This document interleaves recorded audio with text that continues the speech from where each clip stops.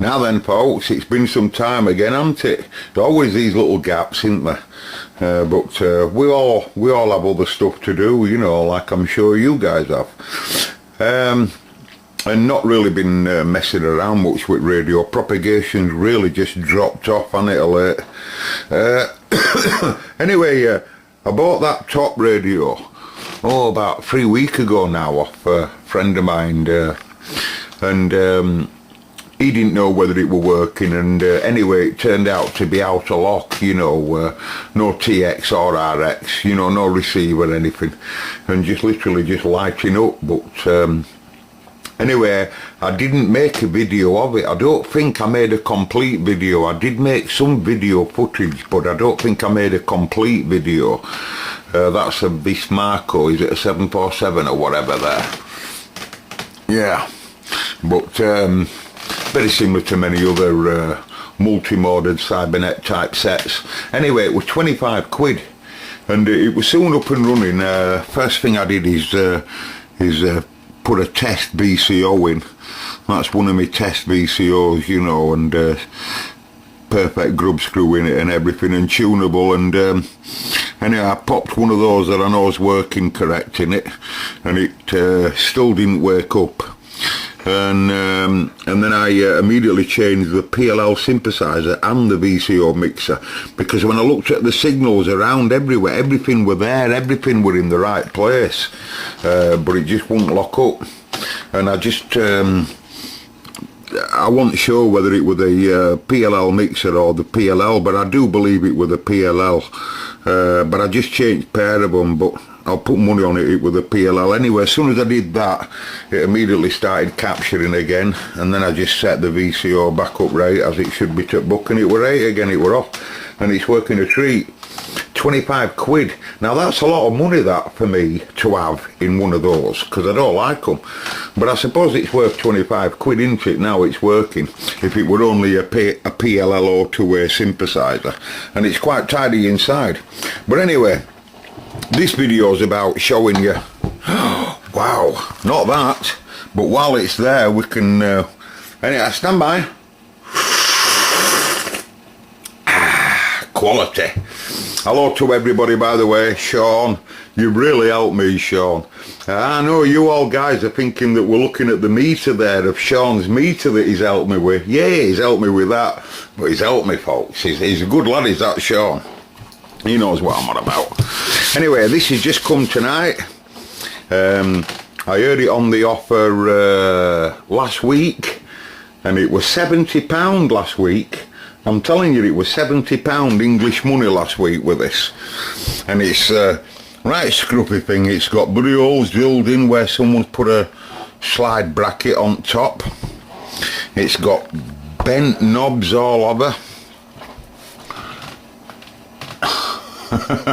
Can you see the first control here? Wow, look at that. And then your mic gain there, it's got the wrong knob on it completely. And this radio, by the way, I heard it when it were on air, and I haven't heard it on SSB and I haven't heard it on AM, but I've heard it on FM, and it had very, very, very quiet audio, very quiet audio. And he told me it was a scruffy thing. There's even a crack in the middle of the lens here, and it's really warm, beaten up, you know, all round bit KC shift and that. It's quite marked up. I've seen them a lot worse, of course. Well, the bottom casing is perfect, and I mean perfect, and they normally always get damage round where brackets been, but there's no damage there, and that's because, and it did have its original screws in, by the way. I've taken them out, and that's because it's always, most of its life, this radio's lived on its bracket there, and not on them side brackets. So it's a shame though that they're like that. And then when I take the lid off, I get the shock of my life. Yeah, it's a dog, but when I take the lid off, I go, wow, because I paid him £20 for this, folks, today. I've just picked this up for £20, and it receives perfect from what I can tell. I just coupled it straight to an aerial. I didn't use any test equipment, but it seems to receive perfect, and I mean spot on. Well, can't say that. I want to give it a brief test. But that's just someone wired a diode straight across its main supply, you know, with some sleeving. There's a diode there in the middle, and they're just using it as a polarity protector. You know, that's where its normal idiot diode, as some people would call it, connects on the other side of there. Just a polarity protector, and it's still got an A1012 in, although it's been changed at some point, but that's it. Now normally you'd see loads of damage round here, but that's all original soldering apart from these 3 diodes that someone's coupled up here, and they go to super low. You know, they give it super low. So on front we've got a 4-position switch, super low, low, mid, high, and but it's nice to see like that. There's been another minute repair on one of the offsets here. You might just be able to see it there, but that'll clean straight up all that. And why it's low on audio on FM, I'm really not so sure, because when I look inside, my first surprise was is that the FM deviations turn full up. You can clearly see that, can't you? But I heard it myself and it was very, very quiet. So let's just put some test equipment to it and let's just see how quiet it actually is and what power it does and what have you. I'm not going to be repairing this radio in this video, folks. I've got too much on at the moment. This is just a brief assessment of it, and then I'll put it away then. This radio will just have to wait until I've got a chance to do it, you know, but it'll just have to go on the pile. But I'll assess it on camera, and then I've got a recording of it then on where it is. You can see all its incorrect controls there. Not bothered about that. Anyway, let's go. Yeah, we're right, folks. I'm just putting 185 in it, 27185, 10 microvolt, and it's a whopping massive signal on here. But as soon as I put it to aerial, it seemed to be brilliant on aerial. Anyway, getting to TX, I'm in FM mode here. And I've got carrier, I've just turned it, we're doing 5 watts, I've just turned it down to 2 watts. We just don't need any more. And audio, doing about, you can see there, 2 point something K. You know, the 1 something. Audio. But it is quiet. But when it comes to AM, let's have a look at AM. Amplitude. And you're looking at peak. Yeah, you're looking at peak. Because what I noticed is that it was kicking quite well on its on meter here when I'm in AM, which is a good sign. But AM modulation on a 148 gets derived from a different place to where FM, you know, obviously FM in your FM in the VCO, but you know, when you're in AM, of course, the amplitude, well, it originally comes from audio stages, of course, but it's the regulator there that's working. These 2 guys here working as a modulators cum regulators to modulate the final stages. So if we get about, I don't know, look at that, no wrong with that. I'm getting a good 90-odd%. Look at that, 120-odd%. Audio, I say. No wrong with yond. Right, so we can clearly see it's modulating quite perfect on AM, and it seems to be like that on SSB. I think it's doing lots of audio. Oh.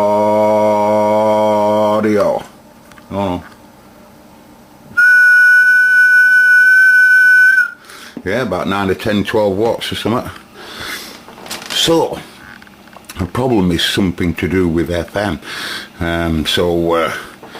I'll have to put that on the pile now. But that were worth £20. It's got to be worth £20 as that. It's got to be worth £20. Alright, these 2 knobs are a bit of an issue, but they're no big problem, are they? Let's be right. £20. It's got to be worth £20. Anyway, let me say goodbye to you. That was just a quick, I just wanted to just assess it, that's all. Thought I'd share it with you. Hello to Andy, by the way. Andy wrote to me from Canada saying I haven't seen you for a while. I'm still here, Andy lad, I'm still here. Hanging in there, short of money. Not in the red, but we're just out of the red. You know, that's what we're like. Just spent £20 there on radios through love of radio, but hey, you can't resist it. So yeah, we're not rich at this side. We have to make sacrifices. I'll have to have less food. That's what I'll do. I'll starve myself for a week. I'll catch you later, folks. Anyway, I'm gone. This is the 252, and I'm out of here. Just before I go, folks, one thing I did notice when I had it on the aerial is that the KC shifts seem to be very, very loads of swing. KC shifts seem to have loads of swing. In other words, when I was listening to the people talking on the radio, I only touched it a little bit there, and I could tell I were moving quite considerably, right? So here we are on 19. I've got Mark only in hold, so stop holding, thank you. Right, and we'll look at the frequency right now. It should be 27,185. I'm on 19, right? 27,185 when I keep mic. And you can clearly see it's just slightly off a little bit, 1859, right? But what happens when I swing KC shift? Right down. So 185, right down to 173. That's not so bad, is it? That's some swing. 173. That's remember 175 is channel 17. So I'm going down to the next channel down. I'm going 10 kcs and a little bit more. Right, and then I've turned it other way, going up. Look at that. 198. Now if it were 195 it'd be in 1920 split, so it's gone higher. It's you know what I mean, that's not a 5 kc shift, is it? That's alright. KC shift is young. I like a KC shift that's got big swing, but there can be a price to be paid. In other words, they can tend to have a big warm-up period. They tend to take a while before they stable down and come to temperature. But obviously we'll have to get it working to see whether that's the case. But that's some swing is that for a cobra, isn't it? Right, I'll catch you in a bit, folks.